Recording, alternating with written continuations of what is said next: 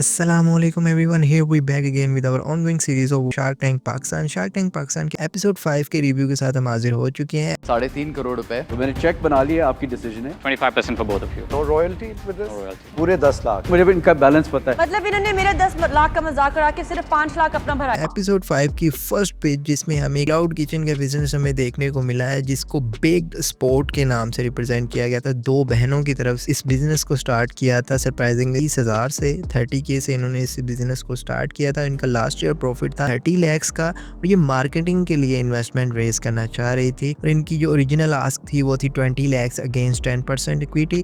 इनको जो first offer मिली थी फैसल आफ्ताब की तरफ से, उन्होंने इनको 20 lakhs अगेंस्ट 15% इक्विटी इनको ऑफर किया। इसी को मद्देनजर रखते हुए एक सेकंड ऑफर सामने आई। इसी ऑफर को ज्वाइन किया गया अलीना नदीम की तरफ से, जो कि फर्स्ट टाइम हमें शार्क टैंक पाकिस्तान पे देखने को मिली है। फर्स्ट ही पिच में उन्होंने ऑफर की और इस ऑफर को मैच किया फैसल आफ्ताब के साथ अगेंस्ट 20 lakhs फॉर 15% इक्विटी। इसी के मद्देनजर थर्ड ऑफर आती है 25 lakhs फॉर 20% इक्विटी। इसमें वैल्यूएशन को हाई कर दिया गया, यानी कि उनकी अमाउंट को बढ़ा दिया गया रबील वराइज की तरफ से, बिकॉज ही नोज कि इनको ज्यादा वैल्यूएशन चाहिए है, इसमें पैसा ज्यादा इन्वेस्ट होना है, इसलिए उन्होंने इनकी वैल्यूएशन हाई कर दी और 25 lakhs फॉर 20% की इक्विटी उन्हें ऑफर की। इससे पहले आपको पता है फैसल आफ्ताब अलीना नदीम ऑलरेडी इनको मस्ट ऑफर दे चुके हैं, बट उन्हीं की रिवाइज्ड ऑफर आती है 30 lakhs फॉर 15% इक्विटी। यहाँ पे और ज्यादा मार्जिन बढ़ चुका है। 20 lakhs उनकी ओरिजिनल आस्क थी, यहाँ पे 30 lakhs हो गई है with the help of Rabeel Warraich. Rabeel Warraich ने जस्ट उनको हेल्प आउट किया कि उनकी वैल्यूएशन इंक्रीज हो गई और 30 lakhs फॉर 15% इक्विटी पे फैसल आफ्ताब और अलीना नदीम के साथ इनकी डील हुई क्लोज, और again with the help of Rabeel Warraich. और ये डील क्लोज हुई है 30 lakhs against 15% equity. Backed sport अपनी ड्रीम डील हासिल करने में कामयाब हो गया। Moving forward to our second pitch, जो कि फ्लेक्सिस एक इलेक्ट्रिक ईवी बाइक्स की कंपनी जो कि हमें देखने को मिली, जो कि इलेक्ट्रिक ईवी बाइक्स बनाती हैं। ये भी एक 70 टाइप मॉडल है बाइक का, बट ये इलेक्ट्रिक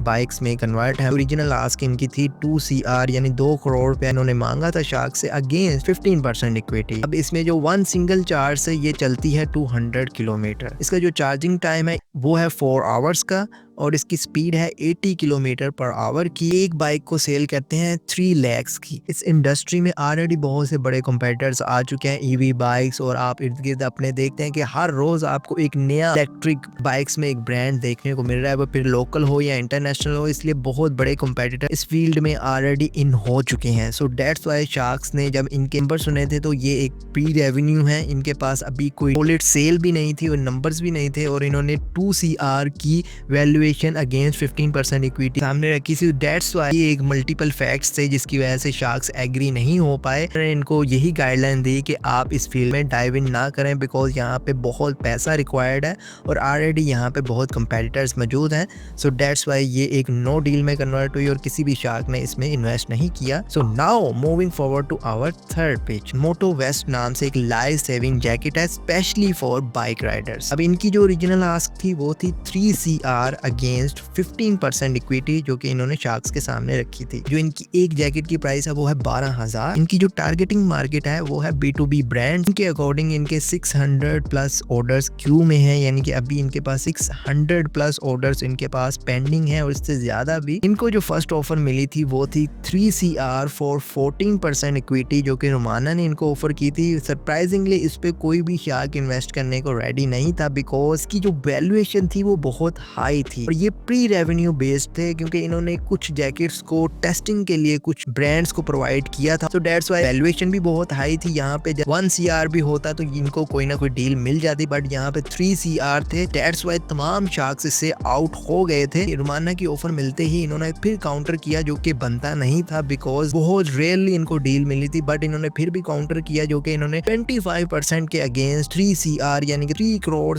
अगेंस्ट 25% के इन्होंने काउंटर किया। इनको रोमाना ने ऑफर किया था 40% इक्विटी और इन्होंने इक्विटी को कम करके 25% की इक्विटी के अगेंस्ट करनी चाहिए, बट रोमाना ने इसको डिनाई किया और रोमाना की ओरिजिनल दी गई डील पे ही कंफर्म हुई, जो थी 3 CR अगेंस्ट 40% इक्विटी, और इसी पे ये डील क्लोज्ड हुई। सेकंड डील थी इस एपिसोड की जो कि सक्सेसफुल हुई। Now moving forward to our fourth pitch, जिसमें हमें ट्रूली कोमल कॉस्मेटिक्स ब्रांड देखने को मिला, जिसमें हेयर केयर और स्किन केयर प्रोडक्ट्स हमें देखने को मिलते हैं। यानी कि 60 एक्टिव इनोवेटिव प्रोडक्ट्स हैं इनके, और सरप्राइजिंगली ये ब्रांड है कोमल रिजवी, एक्टर, सिंगर, होस्ट, उनका ये वेल नोन ब्रांड है और इनके नंबर्स भी बहुत सरप्राइजिंग थे। और इनकी ओरिजिनल जो आस्क थी वो थी 3.5 CR, यानी कि 3.5 करोड़ इन्होंने मांगे थे अगेंस्ट 5% इक्विटी। यहाँ से ही आप अंदाज़ा लगा सकते हैं कितनी सॉलिड वैल्यूएशन आस्क इन्होंने शार्क्स के सामने रखी थी।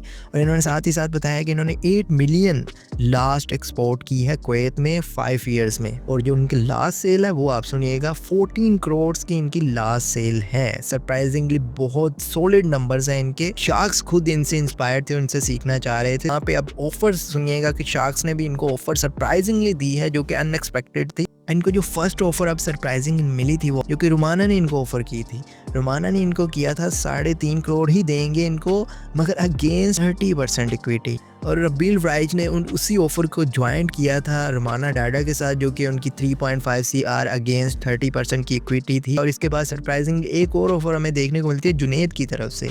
जुनेद इस पे ऑफर करते हैं 3.5 CR फॉर 15% इक्विटी, और रेस्ट ऑफ 15% वो रॉयल्टी इनसे चार्ज करेंगे। तो ये भी एक बहुत तगड़ी ऑफर थी, एक बहुत शॉकिंग ऑफर थी, जिसपे काउंटर ऑफर अब आई जो कि ऑलरेडी एक्सपेक्टेड थी। उन्होंने 3.5 CR अगेंस्ट 5% की इक्विटी उन्होंने काउंटर किया, बट शार्क्स अपनी ऑफर पे अभी भी स्टिल कायम थे।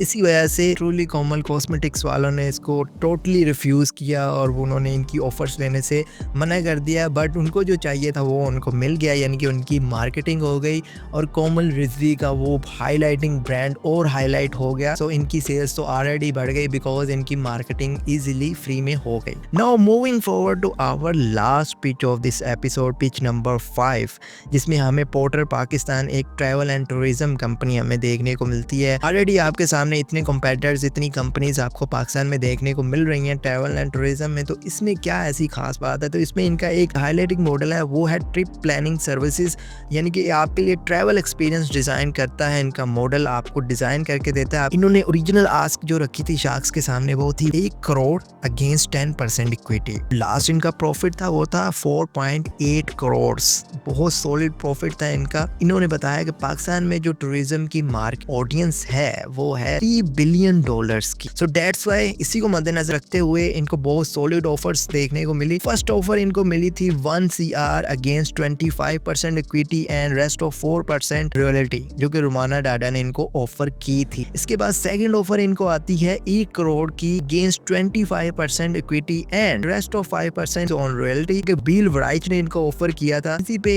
काउंटर हुआ था रॉयल्टी को खत्म कर दिया जाए बिकॉज इनके बहुत सॉलिड नंबर्स थे, तो शार्क भी स्पीचलेस थे। इतनी नेगोशिएशन हुई और फाइनली वो रॉयल्टी वाला सेक्शन खत्म हुआ और इनकी जो डिजायर्ड डील थी वही इनको मिली कि 1 CR अगेंस्ट 25% इक्विटी पे विदाउट रॉयल्टी इनकी डील क्लोज हुई दोनों शार्क्स के साथ। यानी मर्ज ऑफर थी ये, रुमाना डाडा और रबील वराइज दोनों ने मिलकर इस ऑफर को ज्वाइन किया। इन दोनों के साथ ये डील सक्सेसफुली कंप्लीट हुई, 1 CR अगेंस्ट फॉर 25% इक्विटी। और इस तरह से हमारी ये तमाम 5 की 5 पिचेस का रिव्यू हुआ कंप्लीट। आई होप आपको ये रिव्यू वीडियो भी अच्छी लगी होगी। अगर आप ऐसी ही रिव्यू वीडियोस देखना चाहते हैं शार्क टैंक पाकिस्तान से रिलेटेड, तो this is the right place. आप इस चैनल को सब्सक्राइब कर सकते हैं, आपको शार्क टैंक पाकिस्तान और बहुत सी अमेजिंग अपडेट्स इस चैनल पर मिलती रहेंगी। सो बी श्योर इस वीडियो को लाइक, वीडियो को शेयर जरूर कीजिएगा तमाम शार्क टैंक फैंस तक, ताकि वो भी इस रिव्यू को देख सकें। और मैं आपसे मिलूंगा एपिसोड 6 के रिव्यू के साथ। टिल देन मुझे दीजिए इजाजत। अल्लाह हाफिज, बाय बाय, पीस आउट।